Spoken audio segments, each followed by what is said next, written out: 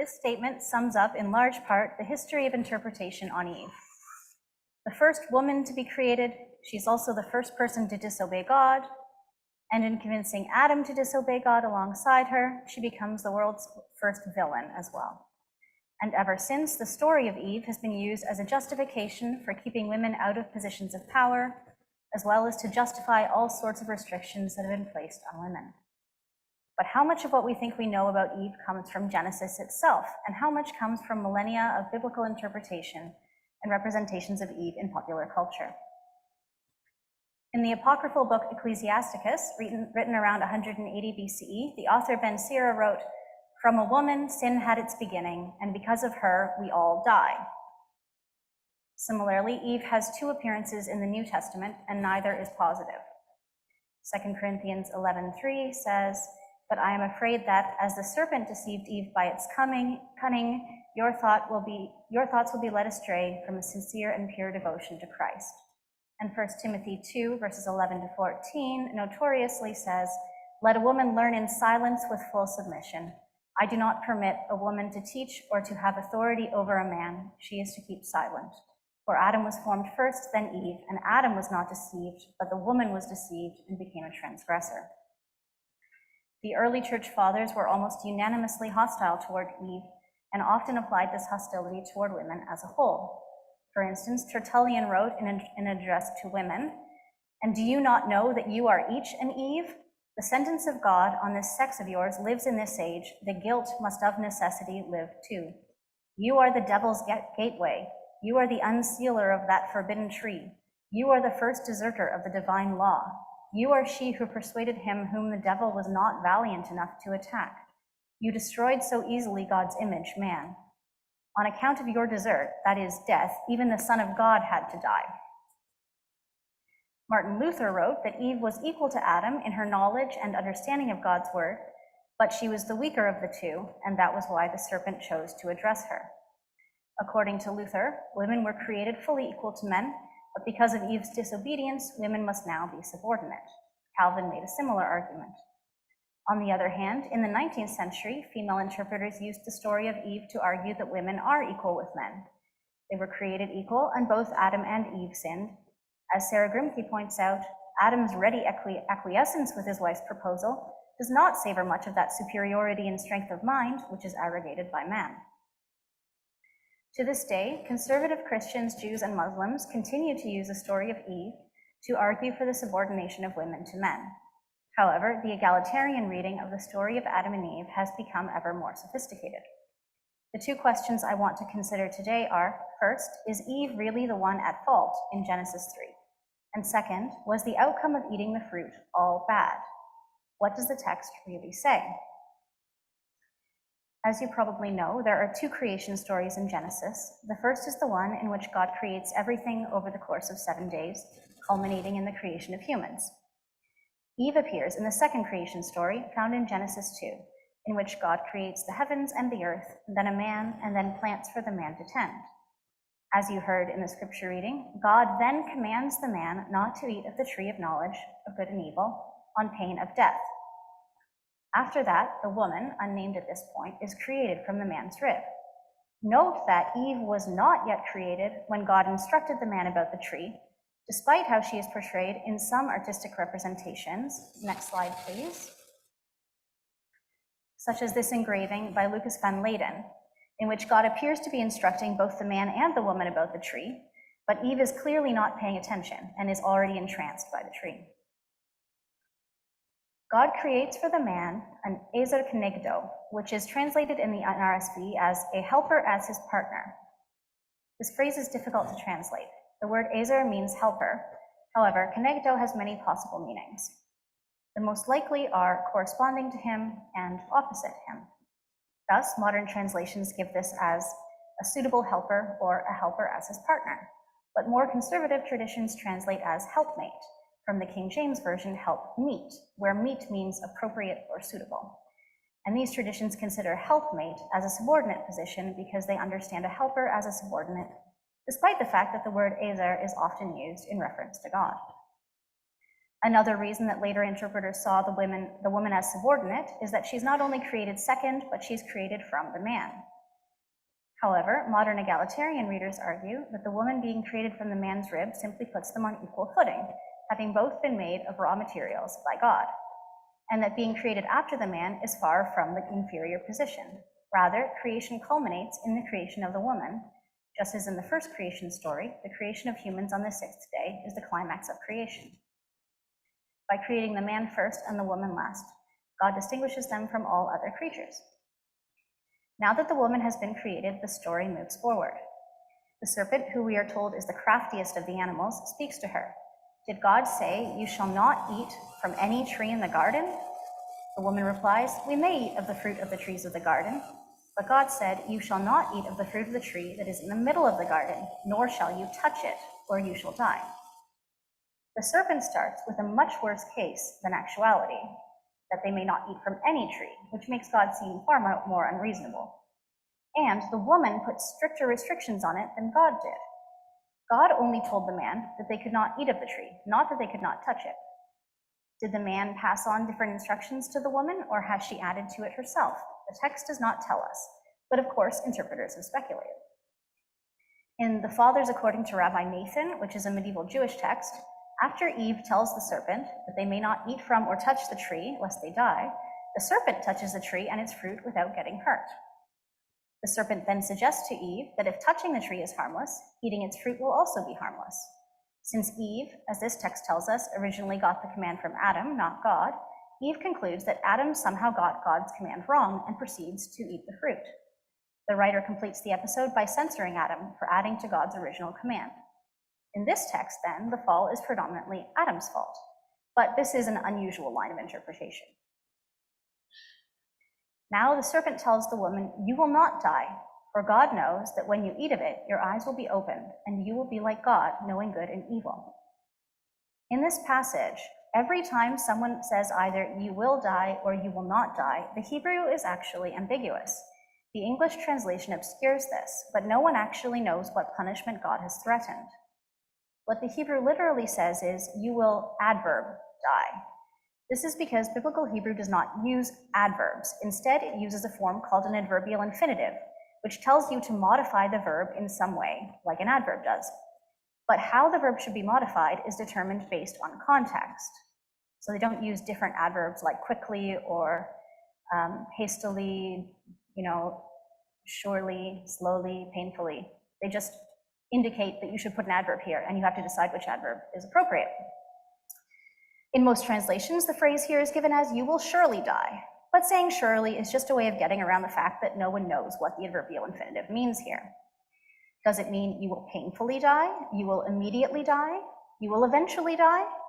Perhaps we could understand God as saying, "You will eventually die," and the serpent is saying, "You will not immediately die." It's very clever on the serpent's part, since he can claim that he didn't lie. Eve just made an incorrect assumption about his meaning. Additionally, as we'll see, the serpent is actually telling the truth about the benefits of the fruit. Now the text tells us, "So when the woman saw that the tree was good for food, and that it was a delight to the eyes, and that the tree was to be desired to make one wise, she took of its fruit and ate. And she also gave some to her husband who was with her, and he ate." This is the crux of the passage, and the reason that most people have seen the woman as the villain. The woman eats first, and then gives a fruit to the man. So she was the first to disobey God, and she has influenced the man to do so. But notice, he's with her. He was listening to the conversation with the serpent, but never stepped in, even though he had the instruction straight from God's mouth. He just listens silently and then eats the fruit. Interpreters have wanted to alter this, both because it doesn't make a lot of sense and because it makes the man look pretty bad. The Latin translation of the Bible, the Vulgate, leaves out the words "who was with her," and so do many modern English translations, and thus remove some of his culpability. Already, by the first couple centuries CE, we see interpretations that place Adam elsewhere during the conversation between Eve and the serpent. For instance, in the Jewish work, The Life of Adam and Eve, we are told that Adam and Eve each had half of the garden to tend, with a wall between them, so that Adam could not have been with Eve when the serpent approached her. Adam is also frequently absent or unaware in artwork representing this scene. Next slide, please. As in this watercolor by William Blake, where he's sleeping while the serpent speaks to Eve. Having eaten the fruit and not died, they realize that they are naked and make clothes out of fig leaves. Actually, it says they make belts out of fig leaves, which I think is really funny because that's not a very effective way to eliminate your nudity. God realizes that they have eaten the forbidden fruit, and the man begins a game of passing the buck. He says, "The woman whom you gave to be with me, she gave me fruit from the tree, and I ate." Not only does he blame the woman, but he blames God for creating her.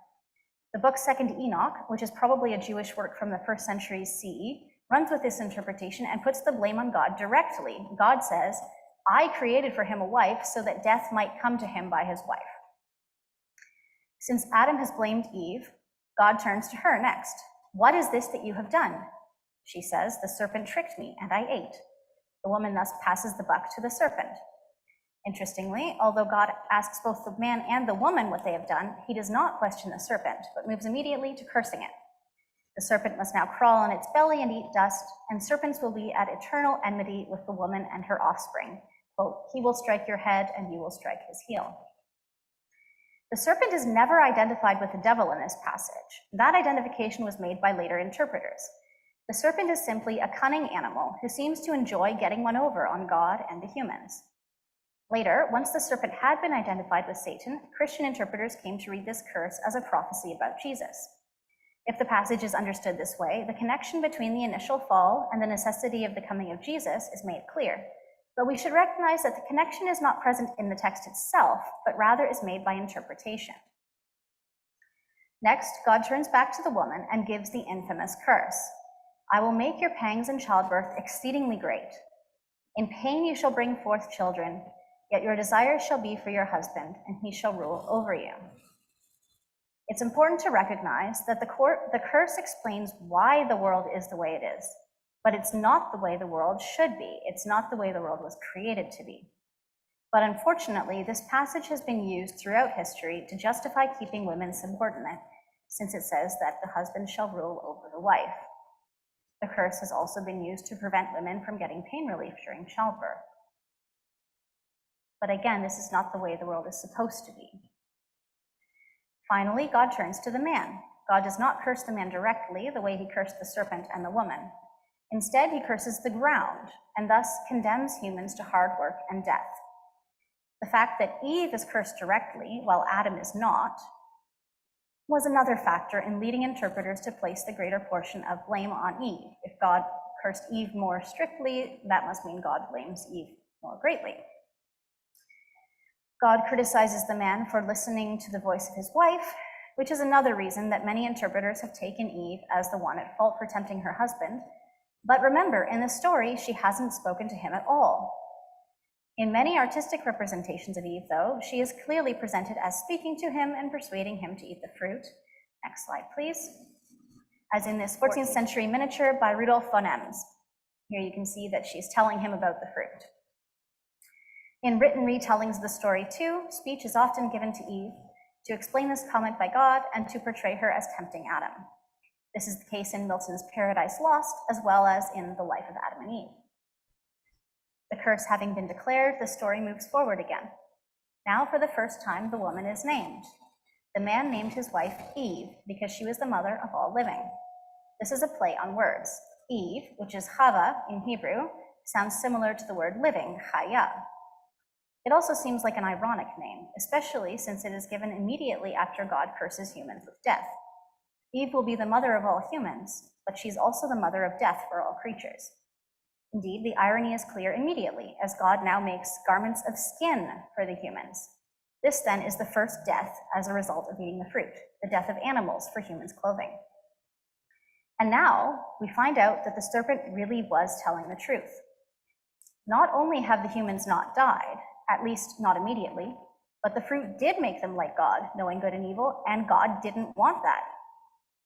We also now find out that there's another important tree in the garden, the tree of life. The humans were not originally forbidden from eating from that tree, but now that they know good and evil, God does not want them to live forever, so God decides to banish them from the garden.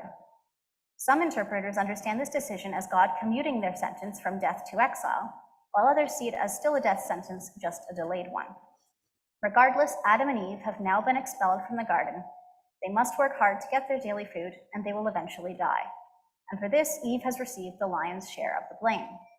To quote Ben Sira again, "From a woman, sin had its beginning, and because of her, we all die." Yet there is no mention of sin anywhere in the story. The idea of virginal sin came later.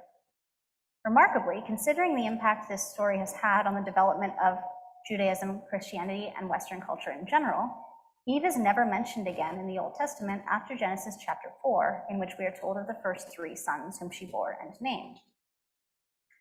Let us return now to our 2 questions. First of all, is Eve the one to blame for eating the fruit? As the story is told in Genesis 2 and 3, there is no reason to place greater blame on Eve than Adam. Both of them were present when the serpent conversed with Eve, and both chose to eat the fruit. If anything, Eve might be slightly less culpable because she did not receive the commandment not to eat the fruit from God, and the text suggests that she might have received a slightly altered instruction from Adam. We are told a bit about Eve's thought process in deciding to eat the fruit, that she saw that the fruit was good to eat and attractive and desirable for gaining wisdom, but we're told nothing about what Adam thought. He's presented as a follower, eating because Eve did. Is it better or worse to do a wrong action because you thought it through and decided it's the right action? Finally, was the outcome of eating the fruit entirely bad? Well, the text is clear that eating the fruit resulted in women suffering in childbirth and being ruled over by their husbands, and that it resulted in people having to work hard and suffer to farm the land instead of living in a garden of paradise. The text also strongly implies that death was brought into the world as a result of eating the fruit. The first death occurs almost immediately as God kills animals to make clothing from their skins, and the curse includes a statement that people will return to the dust. On the other hand, eating the fruit also brought about life. The first child was not conceived until after Adam and Eve ate the fruit and were expelled from the garden. The strong implication, given their unconcern about nakedness before eating the fruit and their shame after eating the fruit, is that part of the knowledge provided by the fruit was the knowledge of sexuality. The text may be suggesting that without eating the fruit, there would have been no other humans. Additionally, eating the fruit gave them, and by extension us, the knowledge of good and evil, and thus the ability to make decisions based on that knowledge. I'll conclude with the last stanza of the poem Applesauce for Eve by poet Marge Piercy. You are indeed the mother of invention, the first scientist. Your name means life. Finite, dynamic, swimming against the current of time, tasting, testing, eating knowledge like any other nutrient. We are all the children of your bright hunger. We are all products of that first experiment. For if death was the worm in that apple, the seeds were freedom and the flowering of choice. Thanks be to God.